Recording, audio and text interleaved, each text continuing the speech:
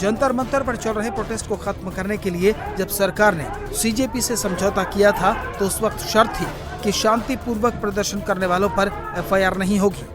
लेकिन अब सीजेपी दावा कर रही है कि प्रदर्शन करने वालों के खिलाफ पुलिस एक्शन ले रही है, जबकि खबर यह है कि बिहार सरकार ने प्रदर्शन में शामिल लोगों के खिलाफ दर्ज सभी मामलों को रद्द करने के साथ ही उन्हें रिहा करने का फैसला किया है। बिहार में कुल 24 एफआईआर दर्ज की गई है। आंदोलन के दौरान 694 लोगों को हिरासत में लिया गया, जिनमें से 355 आरोपियों को गिरफ्तार कर न्यायिक हिरासत में भेजा गया। अब सभी को रिहा किया जा रहा है। आंदोलन के दौरान असम में कुल 5 केस दर्ज किए गए थे और 13 प्रदर्शनकारियों को गिरफ्तार किया गया। अब इन सभी मामलों को कानूनी प्रक्रिया के तहत तुरंत रद्द किया जाएगा और गिरफ्तार लोगों को रिहा किया जाएगा। पश्चिम बंगाल में कोलकाता के हेयर स्ट्रीट और एंटाली थानों में कुल 7 एफआईआर दर्ज की गई हैं। इनमें से 5 एफआईआर प्रदर्शन के दौरान घायल मीडिया कर्मियों और पत्रकारों की शिकायत पर दर्ज हुई है। आंदोलन के दौरान सबसे ज्यादा बवाल दिल्ली में हुआ। 20 जुलाई को बवाल की शुरुआत हुई जो 24 जुलाई तक चला। इस दौरान पुलिस ने 20 जुलाई की हिंसा के मामले में कुल 15 एफआईआर दर्ज की हैं। पुलिस सीसीटीवी फुटेज और फेशियल रिकॉग्निशन टेक्नोलॉजी के जरिए प्रदर्शन स्थलों पर मौजूद ऐसे 2800 से ज्यादा लोगों की जांच कर रही है, जिनका पुराना आपराधिक रिकॉर्ड रहा है।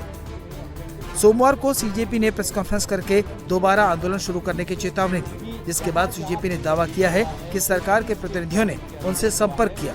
करीब 3 घंटा बात हुई और सरकार ने केस वापस लेने का आश्वासन दिया है। वादे किए थे सरकार ने, हमें आशंका है कि वो शायद वादे नहीं रखे जाएंगे। तो वो साथ में ये government of Bihar home department का जो प्रेस रिलीज है जिसमें उन्होंने बोला है कि सारे एफआईआर वापस लिए जाएंगे प्रोटेस्टर्स के खिलाफ एंड फ्यूचर में भी कोई एक्शन नहीं लिया जाएगा, वो प्रेस रिलीज लेके आए थे। एंड साथ साथ हम लोग बैठ के ये डिस्कस कर रहे थे कि कौन कौन से दूसरे गवर्नमेंट्स हो सकते हैं, स्टेट गवर्नमेंट्स, जो ऐसे सिमिलर नोटिफिकेशंस निकाले जिससे प्रोटेस्टर्स को कोई हार्म ना आए। तो ऐसे ही कॉकरोच जनता पार्टी हम लोग पूरे दिन एंड जब से ये प्रोटेस्ट शुरू हुआ है हम लोग प्रोटेस्टर्स के लिए काम कर रहे हैं। एंड अभी हम लोगों ने काफ़ी लंबा डिस्कशन किया, ऑलमोस्ट 1.5-2 घंटे हो गए करते हुए। अभी हम लोग निकल रहे हैं एंड सरकार ने गारंटी दिया है कि कल तक जितने भी हमारे एप्रीहेंशंस थे कि ये स्टेट में कुछ हो जाएगा, वो स्टेट में हो जाएगा, उन सब का नोटिफिकेशंस निकल आएगा एंड प्रोटेस्टर्स एक तरीके से सेफ रहेंगे। फ्यूचर में भी उनके खिलाफ कोई एक्शन नहीं होगा। वहीं दिल्ली पुलिस क्रिमिनल रिकॉर्ड वाले लोगों की जांच कर रही है, उनका वेरिफिकेशन चल रहा है। इस बीच प्रदर्शन में शामिल छात्रों के खिलाफ दर्ज हुई एफआईआर हटवाने के लिए सीजेपी के लोग कपिल सिब्बल से मिले। सुप्रीम कोर्ट के सीनियर एडवोकेट कपिल सिब्बल भी छात्रों को कानूनी मदद देने के लिए राजी हो गए हैं।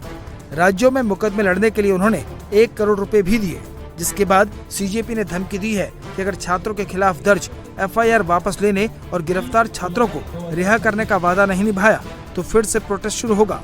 पर सहमति बनी थी कि जितनी भी एफआईआर्स प्रोटेस्टर्स और ऑर्गेनाइजर्स के खिलाफ फाइल की गई है, हमारे जंतर मंतर पर चल रहे प्रदर्शन को लेकर, 20 जुलाई के प्रदर्शन को लेकर और देश भर में चल रहे प्रदर्शनों को लेकर, वो सभी एफआईआर्स विड्रॉ की जाएंगी। और इस बात पे भी अलाइनमेंट हुआ था कि कोई भी नई एफआईआर फ्यूचर में किसी भी प्रोटेस्टर या ऑर्गेनाइजर के खिलाफ फाइल नहीं की जाएगी। हम उम्मीद करते हैं कि अगर एक सीनियर कैबिनेट मिनिस्टर सरकार की तरफ से एक एग्रीमेंट कर रहे हैं तो उसे ऑनर किया जाएगा। छात्रों को, युवाओं को, प्रोटेस्टर्स को अरेस्ट किया गया है या डिटेन किया गया है, उन्हें रिलीज़ नहीं किया जाता है तो कॉकरोच जनता पार्टी फिर से प्रोटेस्ट करने को मजबूर होगी। वहीं बिहार के अलग अलग जिलों में हिंसक प्रदर्शन को लेकर पुलिस एक्शन मोड में है। सीवान में प्रदर्शनकारियों पर AK-47 से फायरिंग के मामले में भी जमकर राजनीति हो रही है। हालांकि प्रशासन ने मान लिया है कि पुलिसकर्मी ने छात्रों के प्रदर्शन के दौरान फायरिंग की, जिसके बाद कांस्टेबल अभिषेक पटेल को सस्पेंड कर दिया गया है। AK-47 से कोई जख्मी नहीं हुआ है। जो DIU का जवान JP चौक पर गया, इसकी जांच के दौरान पता चला कि उसी दिन सुबह एक हत्या की घटना घटित हुई है। इसकी जांच एवं कार्यवाही के लिए वह टीम वहां से गुजर रही थी। कमिश्नर सर एवं DIG सर का संयुक्त जांच प्रतिवेदन प्रक्रियाधीन है।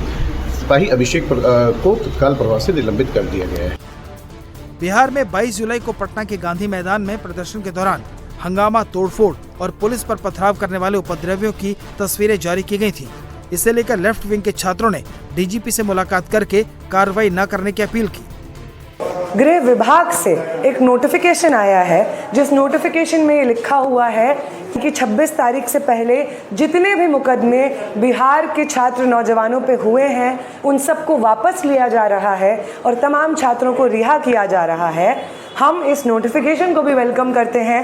हालांकि ये नोटिफिकेशन आज बहुत प्रेशर डालने के बाद आया है, छात्रों के 30 जुलाई के कॉल के ऑलरेडी अनाउंस होने के बाद आया है, लेकिन हम वेट करेंगे ये नोटिफिकेशन फॉलो थ्रू हो, बिहार पुलिस हर एक छात्र को रिहा करे और जब तक छात्र रिहा नहीं होंगे 30 जुलाई का हमारा कॉल बिहार भर में जारी रहेगा।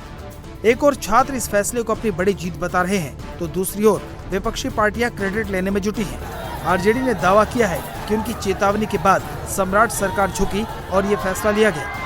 हम लोगों के चेतावनी के बाद इस सरकार को जो है झुकना पड़ा है और आदरणीय मुख्यमंत्री सम्राट चौधरी से हम ये कहना चाहेंगे कि हमने तो उनको पत्र लिखा ही था आज वापसी को लेकर के, लेकिन मुख्यमंत्री जी पत्र भी अच्छे से पढ़ लेते हैं। आप रिहाई का तो आदेश दे दिए जब हम लोगों ने आपको अल्टीमेटम दिया, आपने केस वापसी का तो ऐलान कर दिया जब हम लोगों ने आपको चेताया, लेकिन आप जो दोषी अधिकारी हैं कि किसके वजह से गोली चली और किसके आदेश से, उस जांच का क्या होगा? पुलिस प्रशासन छात्रों को समझाने में लगा है, केस वापस हो रहे हैं, कोशिश की जा रही है कि मामला हर तरह से शांत हो।